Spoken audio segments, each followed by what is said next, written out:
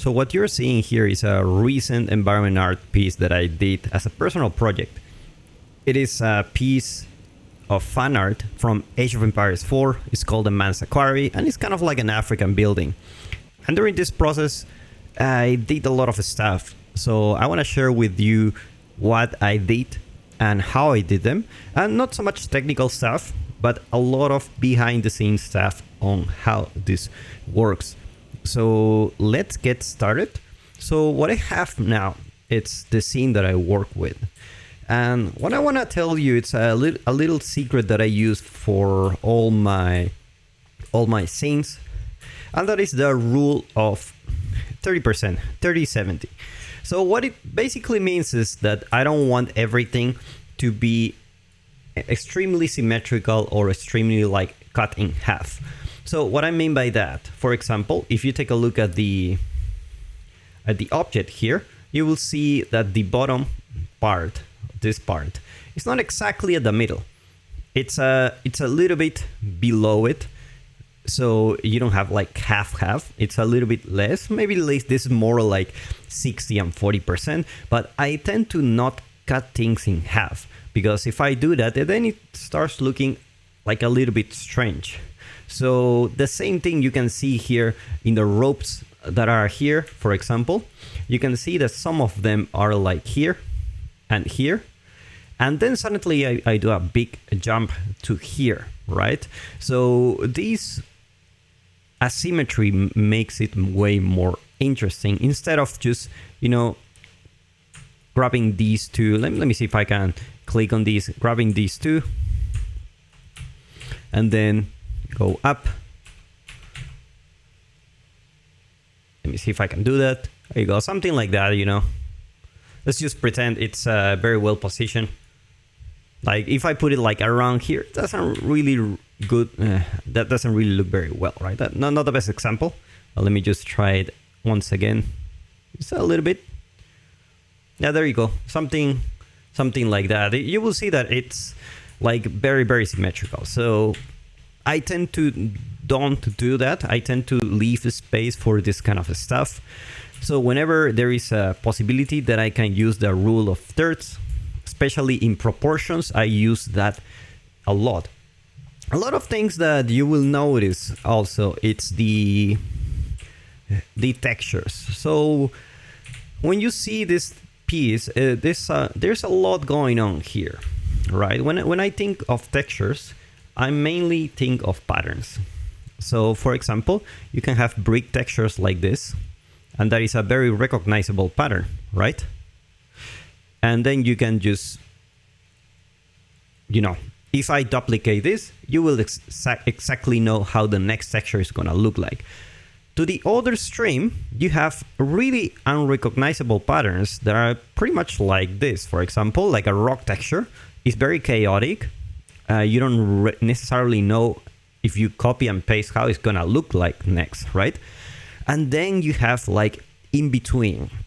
Like you have maybe bricks that are big, small, maybe a brick like this, a little bit bigger. And this adds a little bit of interest to your environment. So I tend to not work with these two, and I tend to work with number 3, which is a little bit of mix of everything. So what you will see here is that I do have bricks that I used a cobblestone texture here to just basically create bricks that are very big. And I also have areas where are like very, very small, right? Just like this one, for example, I tend to put very, very small bricks, and I combine them to just make them look a little bit more natural. I also have a rock texture where I don't put the bricks, so it tends to blend quite nicely. And whenever I see a pattern here, for example, and then I see something like this, it kind of like rests my eye. Not everything is like a pattern, right? So you want to keep in mind on how to do that, right? And the way I made this piece, if you take a look at the original base mesh, let me see if I can open it. You will see that I'm using some displacement here. It's just a rock texture tiling, nothing really extreme. I don't think I'm even using some vertex painting here. I'm totally just tiling the stuff. This is just the base, right? So I can work with that. And we use that technique a lot in games. So what I do is to place these cards. I have a small brick. You will see that the pattern is here. You can even see the texture that I have the pattern here. You can see the brick, and you can see a small brick, and then you can see another section for the tiling texture that is happening here. And if I open another one that is should be a bigger one, for example this one, you will see that it's not tiling, but the pattern is, you know, much bigger. Let me put you the same material that I have here, just so you can take a look at how it looks like. There you go. So now you can see that the bricks are very big. So I combine these two. I just place them here, like, you know, I just place them like this, and you don't really need to worry about too much about how it's gonna look like, because the pattern is already there. It's working quite nice for me. So another thing that I want to talk about is the color. You can get away with this stuff, because when I take a look at the color, you will see that everything is more or less the same color. For example, if I were to, you know, just let me duplicate this, or maybe just change the color of this one, put it something like this, you will see that automatically you can notice that I'm using another asset here, and it's just not really gonna work. So whenever you're doing this kind of stuff, it's very important that you go here to the unlit mode to check the colors. So make sure everything is pretty much the same color. Another thing you wanna make sure is that the colors have tones of black and white. So for example, if I go to the post-process volume and I go to saturation, let me see if I can find it. There you go. I can go for something like this. And then let me click unbound. Oh, actually, it is unbound. Oh, yeah, it is like that. So not really the best example, because I have lining going on here. So let me just go back to what I have. What I try to tell you is that some of these rocks are a little bit brighter, you know, a little bit brighter. Some of them are a little bit darker. Make sure you have that. Make sure you have like this transition, you know, between those two. That's really, really, really important, right? So the way you create these planes is really easily. You can just go to modeling, go rectangle. I'm just gonna do a really quick example. Let's not put a line to normal. Just click it here. All right, and then what I'm gonna do is to basically do a model. It's in mesh, remesh, and put some, you know, just make sure I have enough geometry to work with. And then I'm gonna go to deform, and then I'm gonna go to displace. How I'm gonna displace is just based on the texture. I'm gonna use a texture map. And for example, I'm just gonna use the one that I have here. Let me see if I can find it. Okay, so it's Roman cobblestone. I think I just drag and drop like this. There you go. I can just drag and drop like this. And by default, it will be the red channel. I want it to be the blue one. And there you go. Now you have your mesh, and you can decrease the number of polygons if you want, number of subdivisions, and you can put this like 50, for example, or maybe if it's too much, just put it like 30. And if that's good enough for you, you will see that you already have your texture here, and this will already align with your texture. So you can just go for something like this, just wrap this here. And then you can just position it. You can just put it in position. And if you want, you can use the lattice, put a 3 by 3 by 3, change it to cubic mode. Then you can do a little bit like this, for example. In my case, I put something like this so that these parts are hidden behind the mesh, and I can just, you know, put it in position and make sure it just blends really nicely. It's a very, very cheap technique. So another thing I want to talk about, it's the patterns here. Let me see if I can find a good pattern. There you go. Maybe something like this. They're really hard to see because it's really nicely blended. But what I have here is basically the same things that I show you. So I have blend between 3 patterns. One is like a small break like this.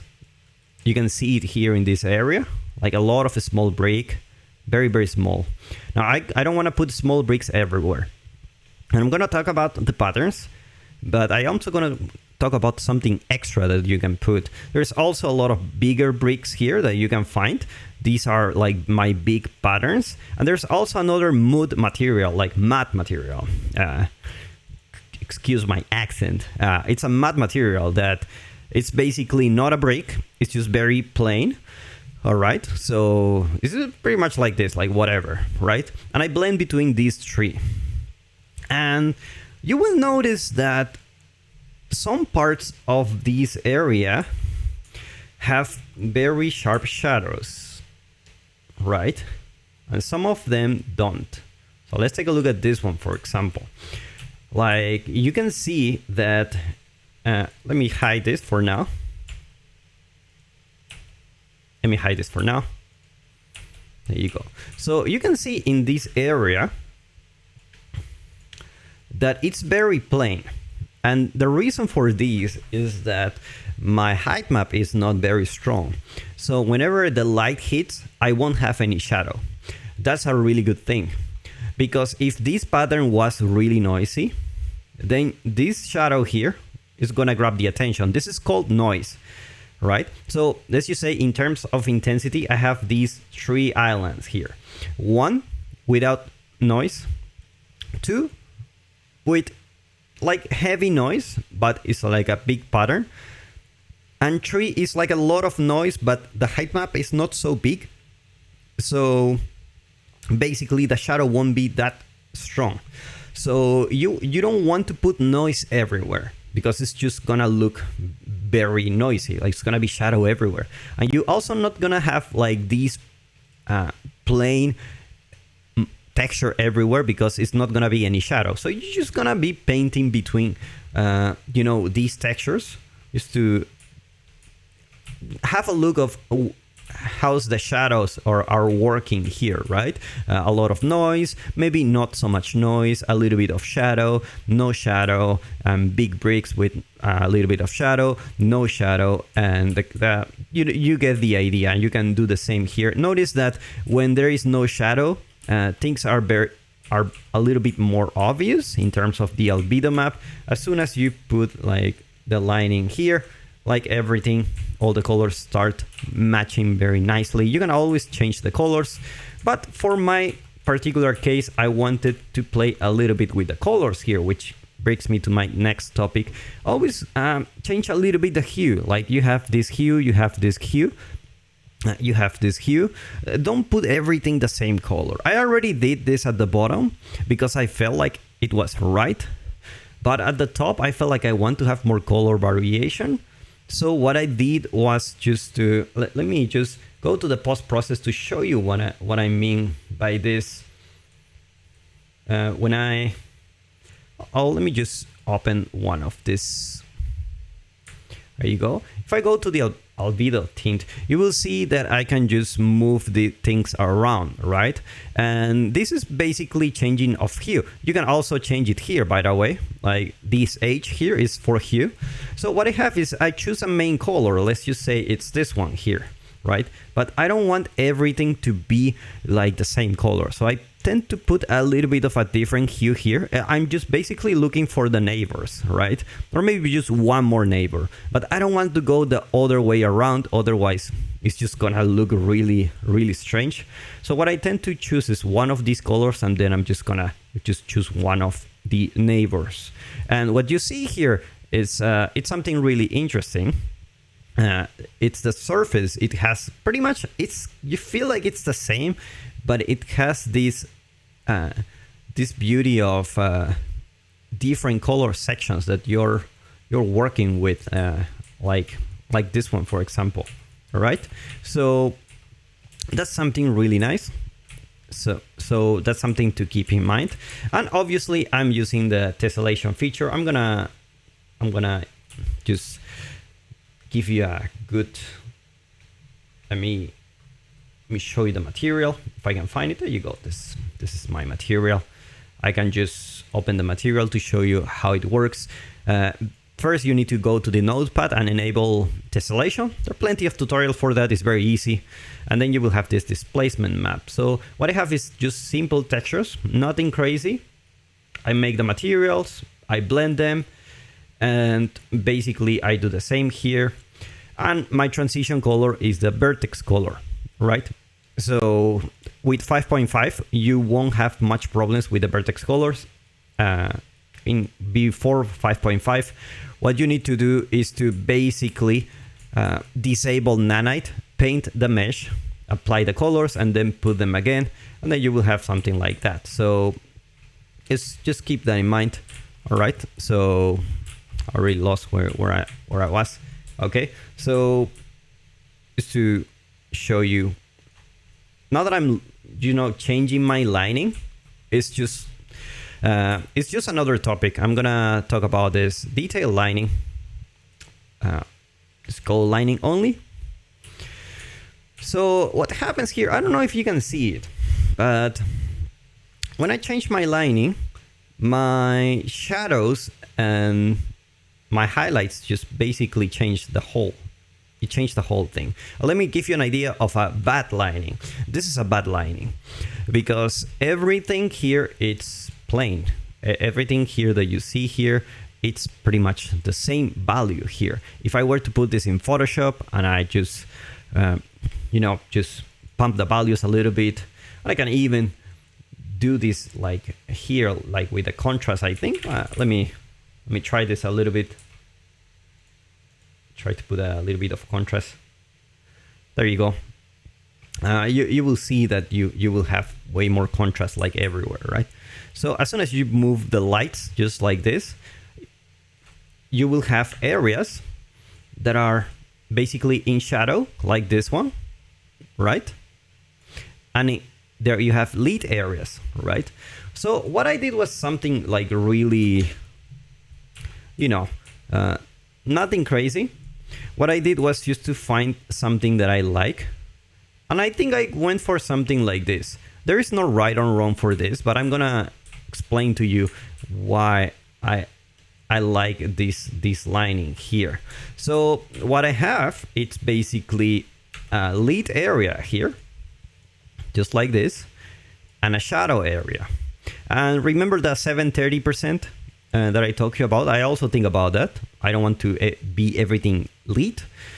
Because of the nature of things are already non-uniform here.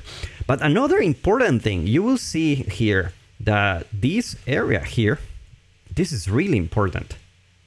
This rim light here, it's actually giving me a direction to go up, right? And it also creates some interesting highlight here. So when I take a look at this, you will see that the stairs basically blends with the base because everything is in shadow except for this area. So I already have some lining here. If I were to rotate this and I have everything in shadow, I lose all my highlights and it's not really that important, right? So my last point, it has to do with, lines. We're talking about that before. You always want to have some lines in your environment.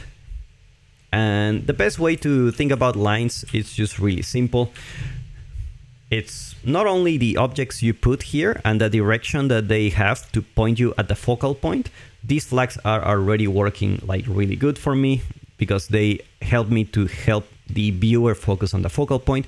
But it's also the props that you put here. I put some props here, but I leave this area empty and I put some props here. So what I have here is basically I have an empty area where I can just look at here.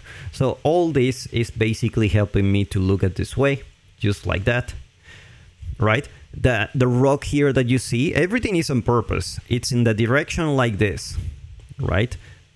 The mountain also in the background, a direction like this. right? You don't wanna put the mountain like in another direction, pointing somewhere else. You don't want it. Same here. You have this mountain, same direction, and the way you figure out the direction is with the lights. Because if I didn't have this light, for example, you wouldn't be able to see this direction.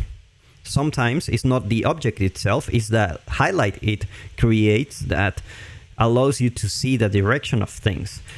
And actually, I have another tip for you. I was about to wrap it up, but talking about silhouette, if you want to see the silhouette, you just go to specular, right? And you will have something like this, right? Let me just try to hide some things, hide the background, right? So you will see that my silhouette, it's very clear here. It's very clear. Actually, let me hide the. There you go. So what I have here is basically my shape. My shape is really simple. It's something like this, right? It's a very simple object in shapes, in terms of shapes. But I need this silhouette here that you're watching here. I need this detail that you're watching here. Silhouette is very important. I see a lot of works that don't have the silhouette. And sometimes it's because, for example, you want to put the rock like this. Let me try to imagine that I'm just putting the rock. I'm just putting it like that. Suddenly I lost my shape. I just lost it. It used to be something like this. But now it's not like that. It is something like this, for example, like this. That's my silhouette. Now maybe that's what you want. But in some cases, let's just remove this and go back. You may think, oh, this rock looks really cool, right? And yes, that might be the case. And maybe from another angle, it's not really that big of a deal. But from this angle, you're killing the silhouette. The same thing can happen for the environment. Maybe your mountain is just really close, right? Really, really close. And let's go back here just so that you can take a look. And what can happen is that you're actually changing the silhouette here, because the silhouette doesn't care about depth. It only cares about, the what you see on the screen on 2D. So let me just Control C everything just so that you can just see what I had before. So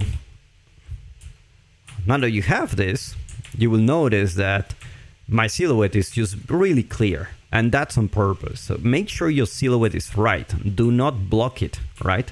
For example, I'm blocking the silhouette of this one because I don't feel this object is really that important. And one more tip. I can't stop giving you tips because I'm just starting to see more things now. Always think about the foreground and the background and the middle ground. I will tell you what this is at this moment. This is the foreground. This is the middle ground. And this is the background, the mountains here. It's very important that you have all three of them, because I'm gonna show you what happens when you don't have the background. You see how weird it feels? Right? And let's just imagine that my shot is like this. I don't have much. I don't have background here. I don't have any background actually. Can you feel like it feels like it's not real? And I also don't have any foreground. Now the foreground is gonna be hard to hide, but let's just imagine I don't have this. I don't have this thing that you see here. And suddenly the foreground is not really that, that obvious. And also this grass works as the foreground. This is my first layer of depth. So the grass I put is not only for, for decoration. It's because I need a foreground. I need some depth in the scene. Depth is really important. Notice how weird this looks like without a foreground and a background, even though the details of this mesh, it's already very detailed and we haven't really changed anything here. And as soon as I put the background and the foreground, everything just starts looking really, really natural. So that's it for me. If you enjoyed these tips, just let me know in the comments. Subscribe if you want to learn more about 3D. If you like this type of videos, just let me know, because I'm not really sure how many people are interested on this kind of stuff. A lot of people, watch the drag and drop things, all the stuff that is very obvious. This is the unseen stuff. This is how I think when I work on this one, and this is the thing that I feel like you need to develop. Also, if you want to book a coaching session with me on one-on-one private call, just take a look at the link in the description. I put a link where you can detail your problem and we can take a look at it together. If you want an environment art coaching session, whether you are applying for a job or you're working on a personal project, I can give you a hand there. That's it for me, and I will see you in the next one. Bye.